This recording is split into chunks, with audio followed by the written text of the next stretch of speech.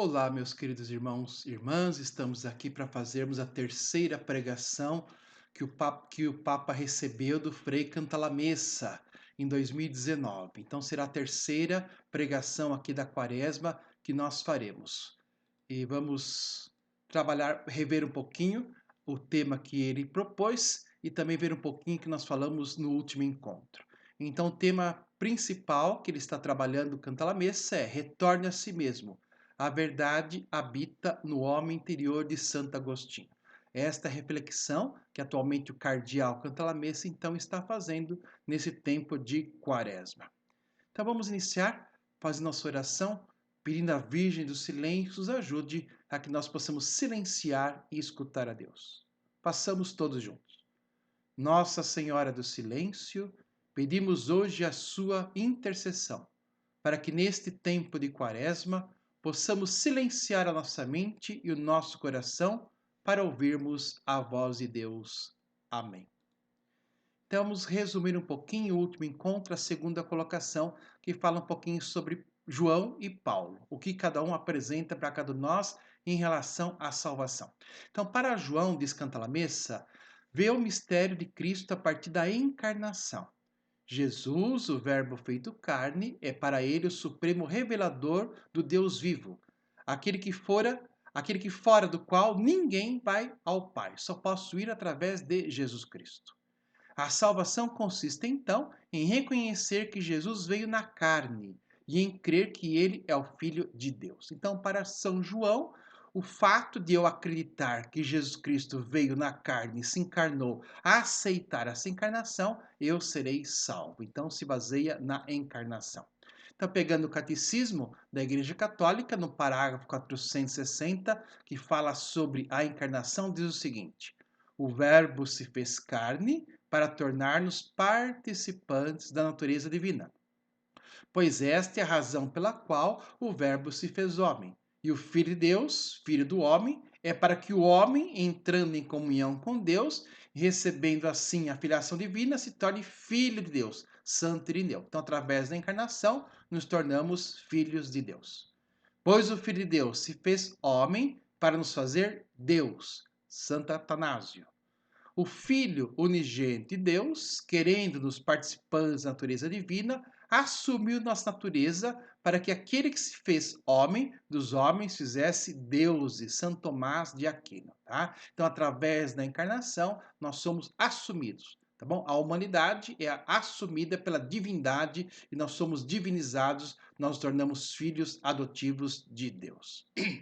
Aí no parágrafo 461 do nosso catecismo diz o seguinte: retomando a expressão de São João, o Verbo se fez carne, a Igreja denomina encarnação o fato de o Filho ter assumido uma natureza humana para realizar nela a nossa salvação. Então, a divindade assume a natureza humana para que a natureza humana possa ser divinizada. É a definição de encarnação. Catecismo, parágrafo 521. Tudo que Cristo viveu foi para que pudéssemos vivê-lo nele e para que ele o vivesse em nós. Por sua encarnação, o Filho de Deus, de certo modo, se uniu a todo homem.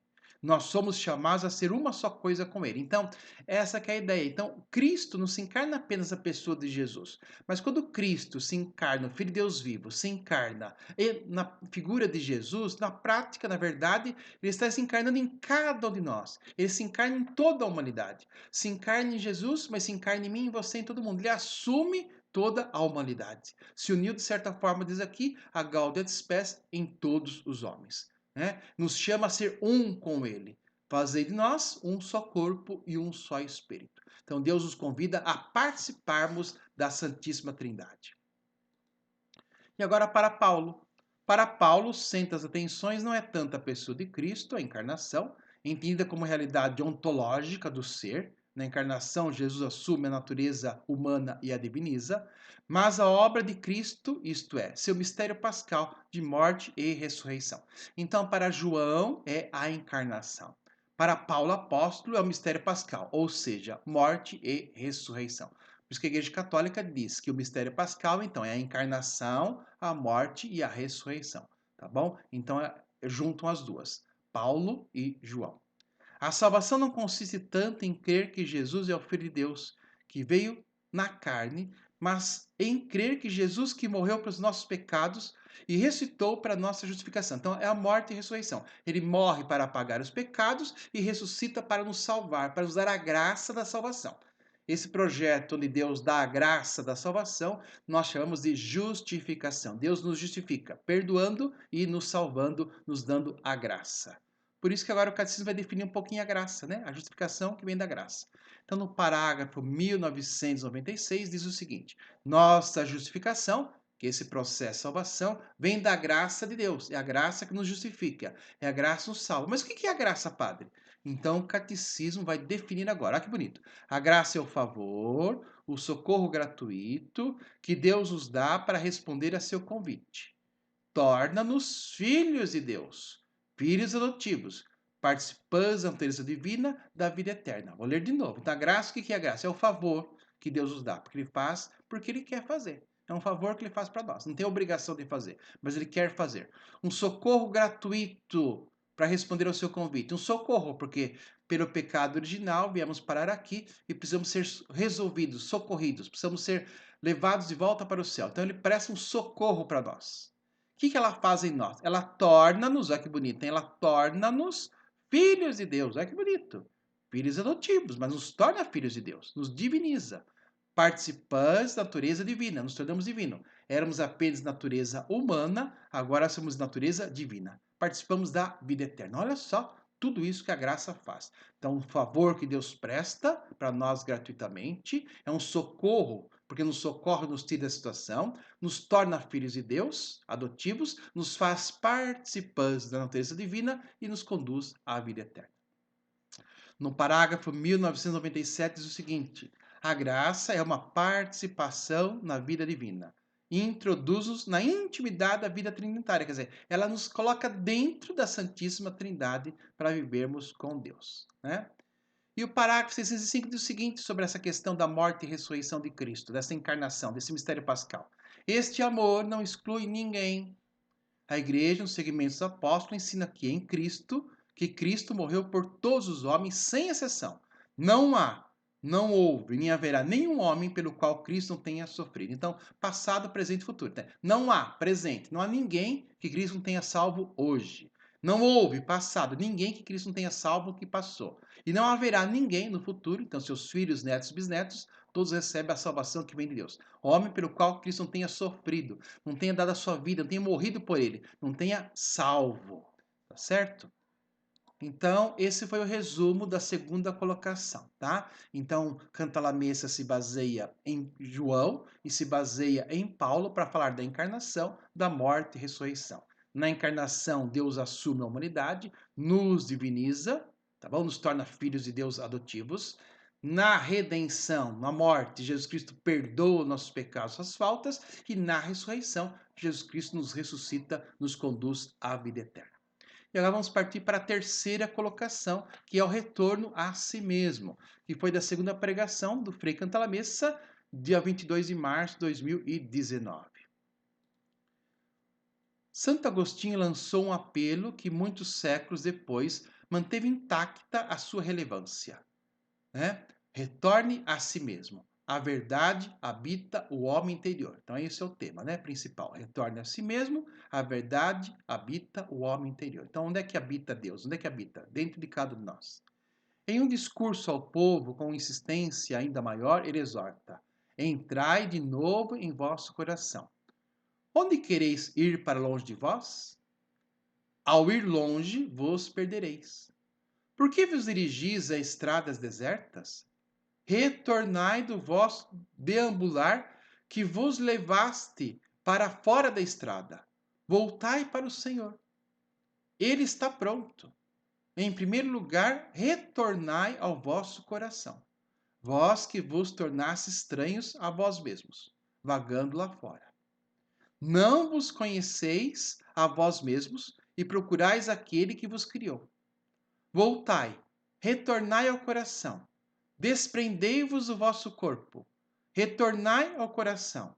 Ali examinai o que se pode receber de Deus, porque ali se encontra a imagem de Deus. Na interioridade do homem mora Cristo. Na vossa interioridade nos renovais segundo a imagem de Deus. Olha que bonito. Então aqui, bom, porque ele já disse tudo, né? Nesse trecho aqui, pegando Santo Agostinho, diz: Deus está dentro de nós. Lá dentro Deus nos espera. Existe uma luz dentro de nós. Quando a gente para, fica quieto, interioriza, busca lá simbolicamente, dizemos o coração, que simboliza a interioridade, nós vamos encontrar Deus lá dentro de cada um de nós. Por isso que é importante parar, ficar quietinho, fazer exercícios espirituais nesse tempo de quaresma, né? Parar, ficar quieto, interiorizar para podermos encontrar a Deus. Vamos refletir sobre o lugar onde cada um de nós entra em contato com Deus vivo. No sentido universal e sacramental, este lugar é a igreja. Mas no sentido pessoal, existencial, é o nosso coração. Aqui a Escritura chama de o homem interior. O homem escondido no coração. Que coisa linda, hein? Então, nós encontramos dentro de nós. O lugar de encontro com Deus é dentro do nosso coração, no nosso eu interior. Jesus, nesses 40 dias, está no deserto. E é aí que devemos chegar até ele. Nem todos podem ir para um deserto exterior, mas todos podemos refugiar no deserto interior, que é o nosso coração. Olha que coisa bonita. Podemos entrar dentro de nós e fazer um deserto, um silêncio dentro de nós mesmos. Cristo habita na interioridade do homem, disse-nos Santo Agostinho. Se quisermos uma imagem plástica ou um símbolo que nos ajude a realizar esta conversão interior, o Evangelho oferece-nos com o episódio de Zaqueu. Zaqueu, o homem que quer conhecer Jesus, e para isso sai de casa, entra na multidão, sobe a uma árvore, procura-o fora. Mas eis que quando Jesus passou, viu e disse-lhe: Zaqueu, desce imediatamente, porque hoje tenho de entrar em tua casa. Jesus traz Zaqueu de volta à sua casa e ali no segredo, sem testemunhas, acontece o milagre. Ele conhece verdadeiramente quem é Jesus e encontra a salvação. Então, um convite a não procurar Jesus Cristo fora, mas um convite a procurar Jesus Cristo dentro de cada um de nós. Nós nos parecemos muito com Zaqueu. Procuramos Jesus e o procuramos fora, nas ruas, na multidão. E é o próprio Jesus que nos convida a voltar à nossa casa em nossos corações, onde ele deseja encontrar-se conosco. Então não vamos achar Jesus fora, mas vamos achar Jesus Cristo dentro de cada um de nós. Um sintoma revelador desse declínio do gosto e da estima pela interioridade é o destino da imitação de Cristo, que é uma espécie de manual para a introdução à vida interior. De livro mais amado entre os cristãos, depois da Bíblia, ele passou em poucas décadas a ser um livro esquecido. É um livro pequenininho, uma mensagem para cada dia, né? Lindo, maravilhoso. Até ontem estava lendo uma passagem dele.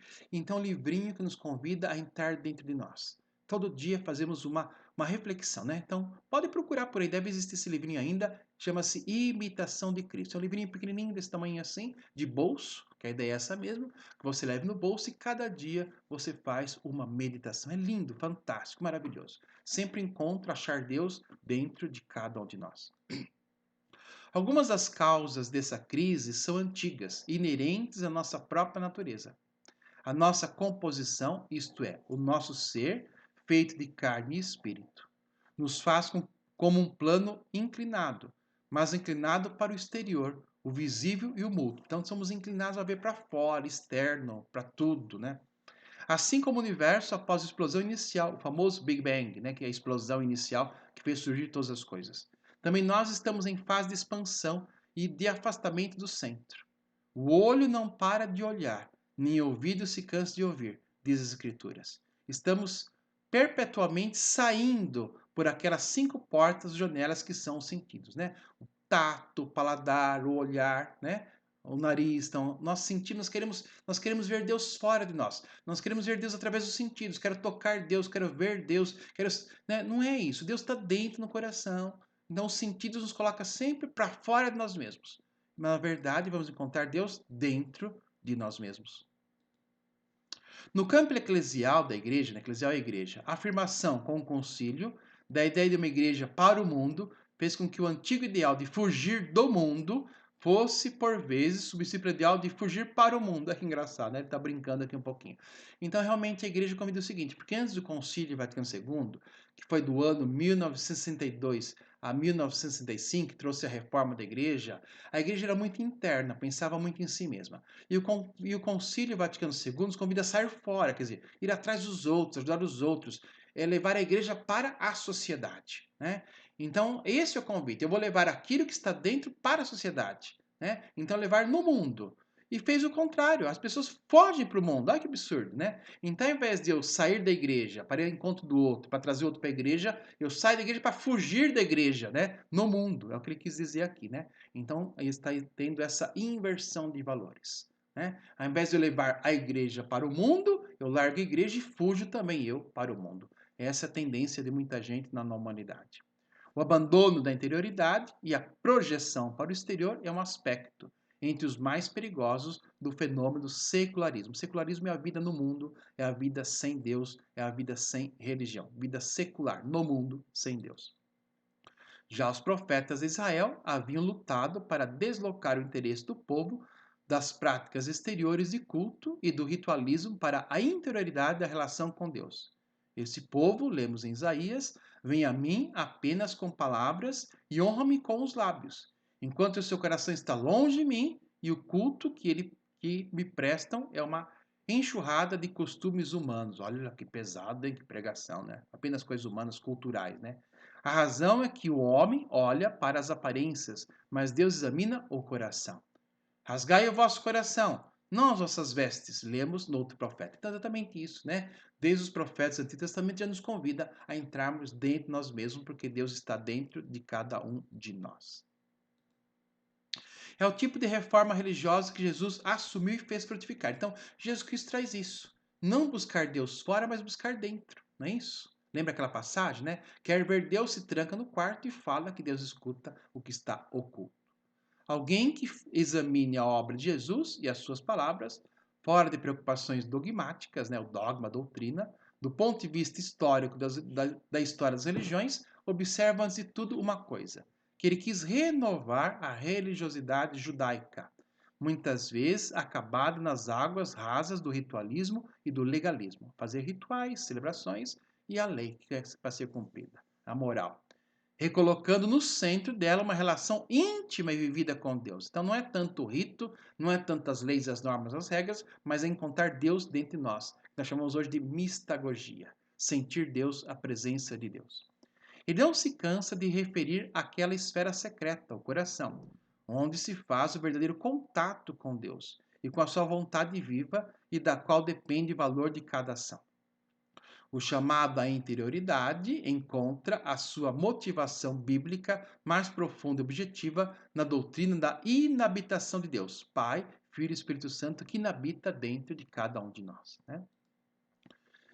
Por que é urgente voltar a falar da interioridade e redescobrir o seu sabor? Vivemos uma civilização toda projetada para o exterior.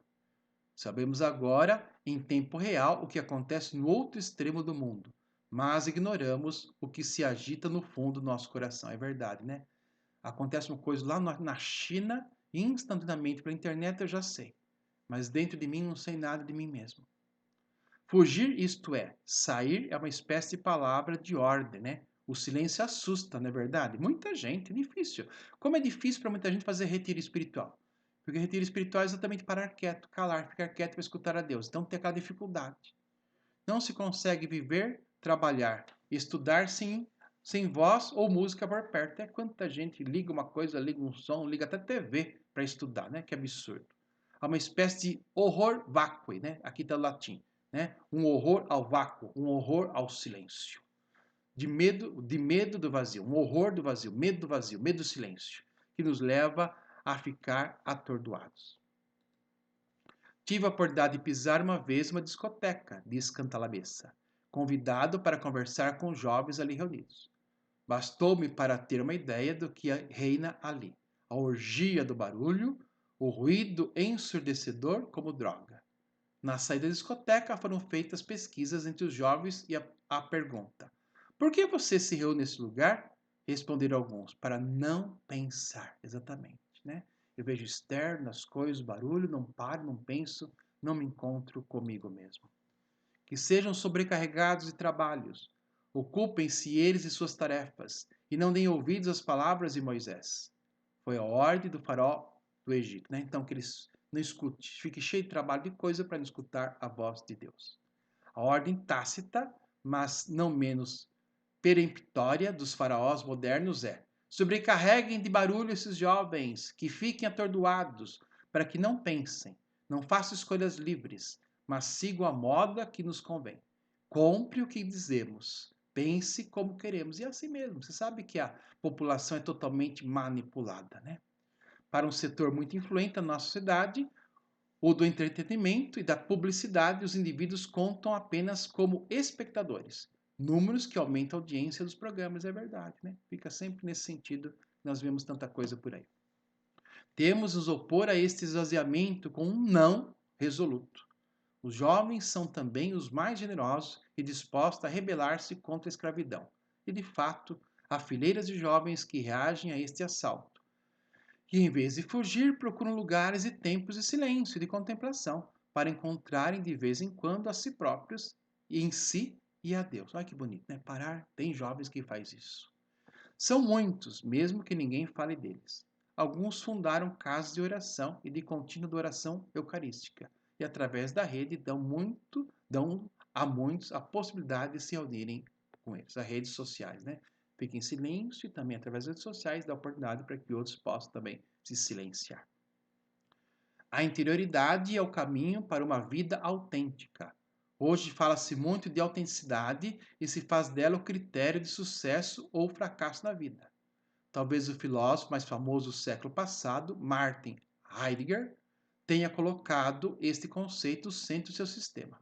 Para o cristão, a verdadeira autenticidade só pode ser alcançada vivendo o coram Deu, na presença de Deus, né? Então, no coração de Deus, na presença de Deus. Somente ali que eu posso viver a verdadeira religião.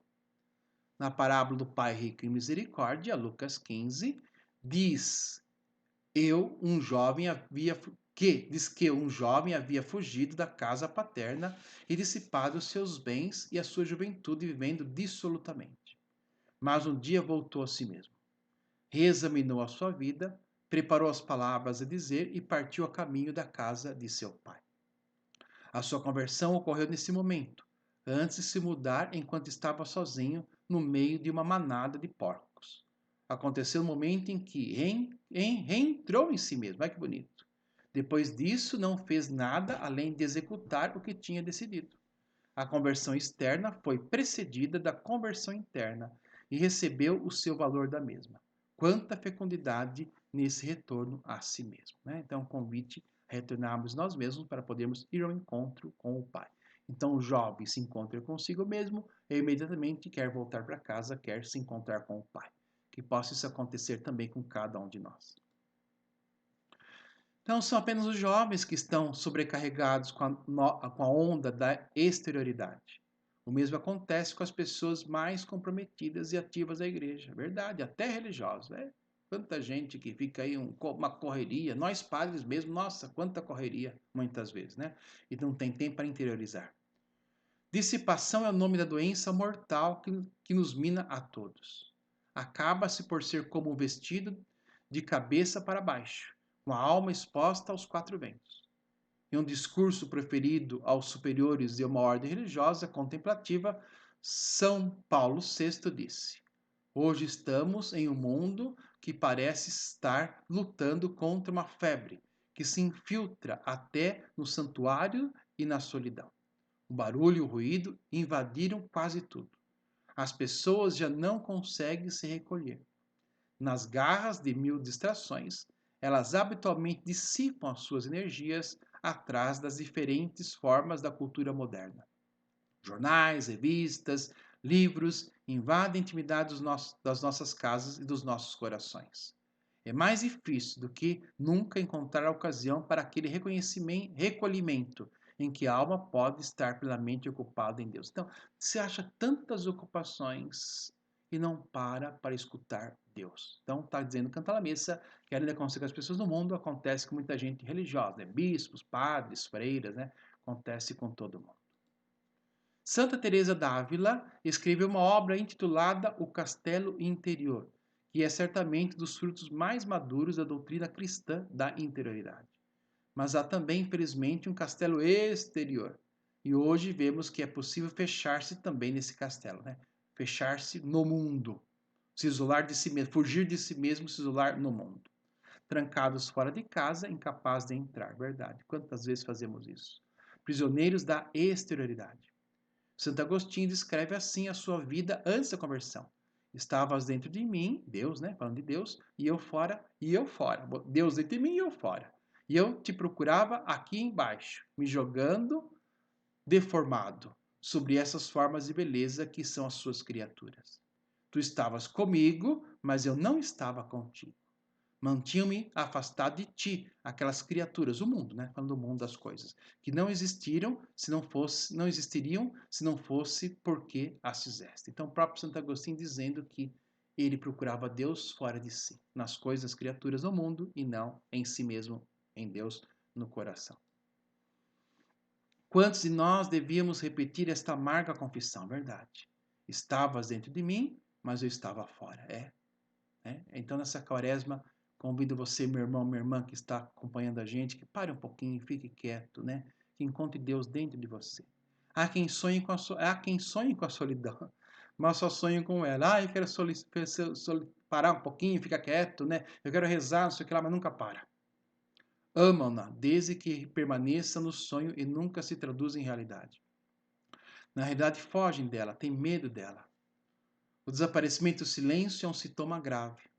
Foram removidos quase totalmente aqueles típicos cartazes que em todos os corredores das casas religiosas intimavam em latim, silentium. Creio que em muitos ambientes religiosos existia o dilema, ou silêncio ou morte. Ou encontramos um clima e tempos de silêncio, interioridade, ou é o esvaziamento espiritual progressivo e total. Olha, ou nós paramos e encontramos um clima de silêncio, ou nós vamos ficar vazios. Uma religião vazia, uma carcaça. Não encontramos Deus. Fica uma religião sem Deus, sem nada. Pode acontecer conosco. Jesus chama o inferno de as trevas exteriores. Está fora de nós, é verdade. E essa designação é muito significativa. Então, o inferno está fora de nós. Deus está dentro, o inferno está fora. Né? Então, é esse o sentido. O homem interior, diz a imitação de Cristo, aquele livrinho que nós citamos, recolhe-se espontaneamente porque nunca se dispersa completamente nas coisas exteriores. Ele não é prejudicado pela atividade externa e pelas ocupações necessárias, mas sabe se adaptar às circunstâncias. Olha que bonito, né? Lindo, maravilhoso. Compre esse livrinho, viu? Só por aí, procura no Google, Imitação de Cristo, com certeza vai ter, e você pode encomendar. Livrinho pequenininho de bolso, pode ler todos os dias. Bem simplesinho. Mas procuremos também ver como fazer concretamente, para descobrir e preservar o hábito da interioridade. Moisés era um homem muito ativo, mas nós lemos que ele fez construir uma tenda portátil. E em cada estágio do êxodo, armava a tenda fora do acampamento e regularmente entrava nela para consultar o Senhor no silêncio. Ali o Senhor falava com Moisés, face a face, como um homem fala ao outro, né? Então, mesmo Moisés cheio de atividade, parava sempre na tenda, fora do acampamento, fora do mundo, excluído ali, isolado, e fazia o seu encontro íntimo com Deus. Isto nem sempre pode ser feito. Nem sempre é possível retirar-se a uma capela ou a um lugar solitário para reencontrar o contato com Deus. São Francisco de Assis sugere outra medida mais acessível. Ao enviar seus frades pelas ruas do mundo, dizia: temos um eremitério, né? Eremitério, um lugar para ficar quietinho, isolado, né? Dentro de nós, sempre conosco, onde quer que vamos e quando quisermos podemos, como eremitas, voltar a esse eremitério. O irmão corpo é o eremitério e a alma é o eremita, que vive dentro dele para rezar a Deus e meditar. É a mesma recomendação que Santa Catarina de Siena expressava com a imagem da cela interior, voltar para dentro, né? A cela é aquele lugarzinho, o seu lugar. Eles chamam assim os quartinhos dela de cela, né? Cada um tem a sua cela, o seu quartinho, o seu lugarzinho. Então, cela interior, um lugarzinho interior. Que todos levam consigo, na qual é sempre possível retirar-se com o pensamento, para reconectar um contato vivo com a verdade que vive em nós. É a esta cela invisível, não delimitada por muros, escreve Santo Ambrósio, que Jesus os convida com as palavras: quando orardes, entra no seu quarto e quando a porta estiver fechada, ora teu Pai em segredo. No início, escutamos o apelo sincero de Santo Agostinho para voltar ao coração. Terminamos escutando outro apelo igualmente sincero da mesma direção, o que Santo Anselmo de Aosta dirige ao leitor no início do seu livro. Vamos, homenzinho, abandona as tuas preocupações por um momento. Esconde-te um pouco dos teus pensamentos tumultuados. Abandone agora as suas pesadas preocupações. Adie os seus compromissos laboriosos. Dedique-se a Deus por um tempo e descanse nele. Entre na câmara do teu espírito. Exclui tudo dela, exceto Deus, e tudo que ajude a buscá-lo, e quando fechardes a porta, buscai-o. Dize agora, ó meu coração, na tua totalidade, dize agora a Deus, busca o teu rosto, ó Senhor, eu busco. Olha que lindo, tá bom? Eu espero que você leia, veja, assista esses vídeos mais de uma vez, tá bom? Para que você possa pegar essas frases, essas coisas tão importantes aqui. Então, vamos ver um pouquinho sobre oração. O que Santo Antônio diz sobre oração? Para ver essa questão de interioridade que Cantalamessa está nos chamando. A oração precisa de uma atmosfera de silêncio, que não coincide com o desapego do rumor externo, não apenas desapegar do mundo, mas a experiência interior, interna dentro de nós, que tem por finalidade remover as distrações causadas pelas preocupações da alma, criando silêncio para a própria alma. Olha só como Santo Antônio, por isso que Santo Antônio é um homem de Deus.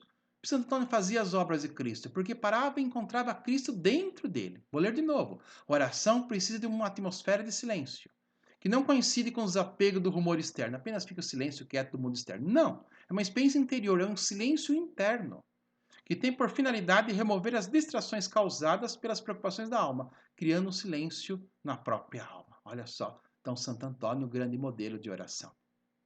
Então, o parágrafo 2703 do Catecismo fala sobre a contemplação, né? Dá uma definida. Então, diz o seguinte: assim, a contemplação, o que é a contemplação? É a expressão mais simples do mistério da oração.